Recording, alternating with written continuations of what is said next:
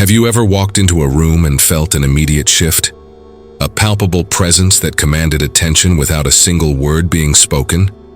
Or perhaps you've met someone who, despite lacking outward grandeur, possessed an undeniable pull, an invisible force that drew you in, made you listen, made you obey? We often call this charisma or influence. But what if it's something more, something deeper, more primal, more potent? What if it's an aura, a field of energetic command, so profound, so deeply integrated into who you are, that it subtly, almost imperceptibly bends people to your will, not through manipulation, not through force, but through an almost mystical alignment of their desires with your unspoken command. We've all felt it, haven't we? That gnawing frustration when our voice goes unheard. The sting of being overlooked. When we know, deep down, we have something valuable to contribute.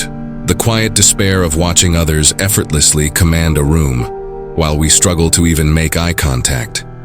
We chase recognition, yearn for impact, and often, we mistake loudness for leadership, aggression for authority. We try to be seen, to be heard, to be felt. We meticulously craft our words, perfect our arguments, hone our skills. Yet sometimes it feels like we're screaming into a void, like there's an invisible barrier between our true intention and the world's perception. We tell ourselves it's because we're not eloquent enough, not confident enough, not enough. But what if the missing piece isn't about doing more, but about being more? What if the key to profound influence lies not in what you say or what you do, but in the very essence of who you are radiating outward? For centuries, thinkers, leaders, and philosophers have grappled with this elusive power. From the ancient Stoics to modern psychologists, the echoes of this truth resonate. Niccolò Machiavelli, often misunderstood, wrote not just of political maneuvering but of the prince's presence, a gravitas that instilled both reverence and, yes, a certain fear. He spoke of building a reputation, an image so formidable that it became a self-fulfilling prophecy. Not through tyranny, but through a perceived strength of character, an unshakable resolve that inspired loyalty and deterred defiance. But Machiavelli wasn't speaking of brute force alone. He was speaking of an internal architecture, a meticulously constructed inner world that then projects outward.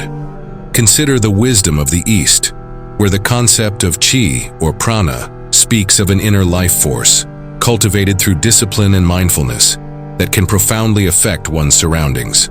Modern psychology, too, speaks of nonverbal communication, the subtle cues, the body language, the emotional resonance we project.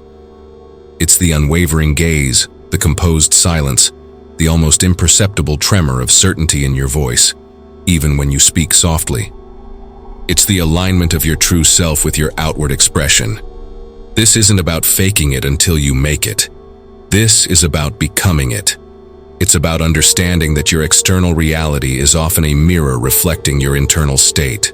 And if that internal state is fragmented, uncertain, or inauthentic, your external influence will be equally diminished. The true power lies not in controlling others, but in mastering yourself to such an extent that your very being becomes a compelling force. It's about building an unassailable inner fortress from which your true power emanates.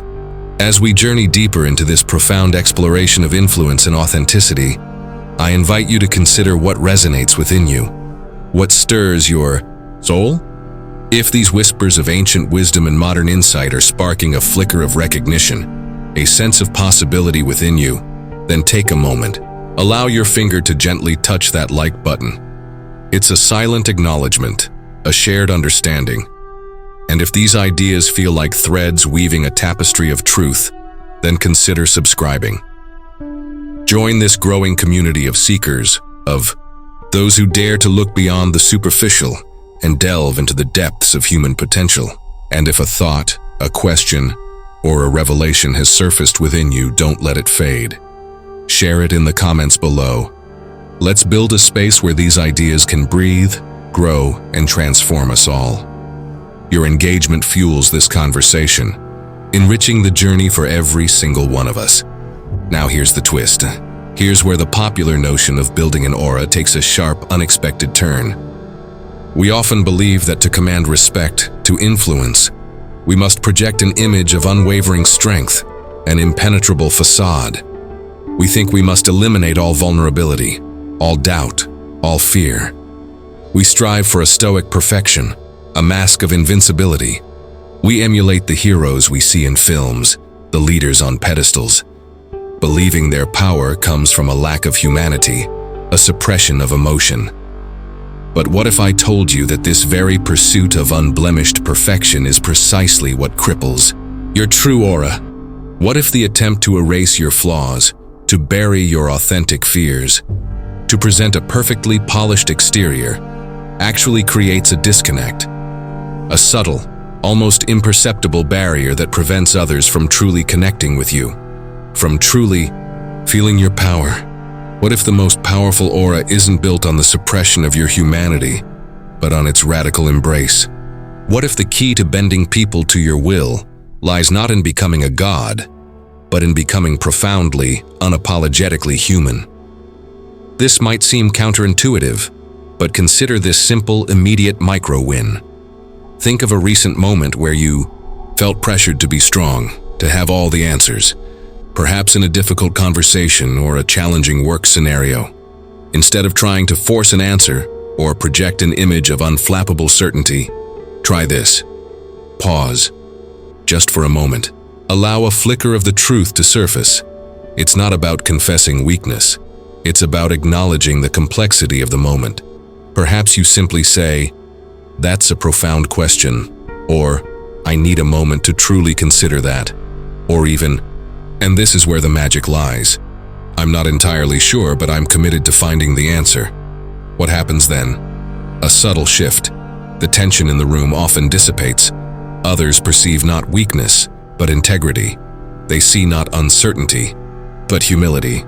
And in that moment of authentic vulnerability, you forge a connection. You create a space where genuine understanding can emerge, not through force, but through shared humanity. You stop fighting to control the narrative, and instead, you invite collaboration, trust. This small act of authentic presence, of allowing your true self to breathe, is the first step in building an aura that draws people in, rather than pushes them away. It's the moment your energy shifts from rigid defense to magnetic resonance. So, how do you build an aura so powerful it bends people to your will? Not through the cold calculations of Machiavelli, often misconstrued, but through the fiery crucible of self-mastery. It begins with rigorous self-awareness, unflinchingly examining your fears, your strengths, your values. It requires courage, the courage to shed the masks, to embrace your vulnerabilities, to stand naked in your truth. It demands integrity, an unwavering alignment between your thoughts, words, and actions, even when no one is watching. Your aura is not something you create out of thin air. It is something you uncover. It is the natural emanation of a soul deeply connected to its purpose, profoundly at peace with its own imperfections, and radiating an authenticity that is both rare and irresistible. Start small. Practice honest reflection. Cultivate inner peace. Align your actions with your deepest values. Each conscious choice, each moment of genuine presence, is a brick in the foundation of this invisible fortress. This isn't a quick fix. It's a lifelong journey. But every step you take towards profound authenticity is a step towards unlocking an influence so potent, so deeply human, that it will not just bend people to your will, but inspire them to walk alongside you, willingly, powerfully, and truly. This is the ultimate leadership. This is the ultimate freedom.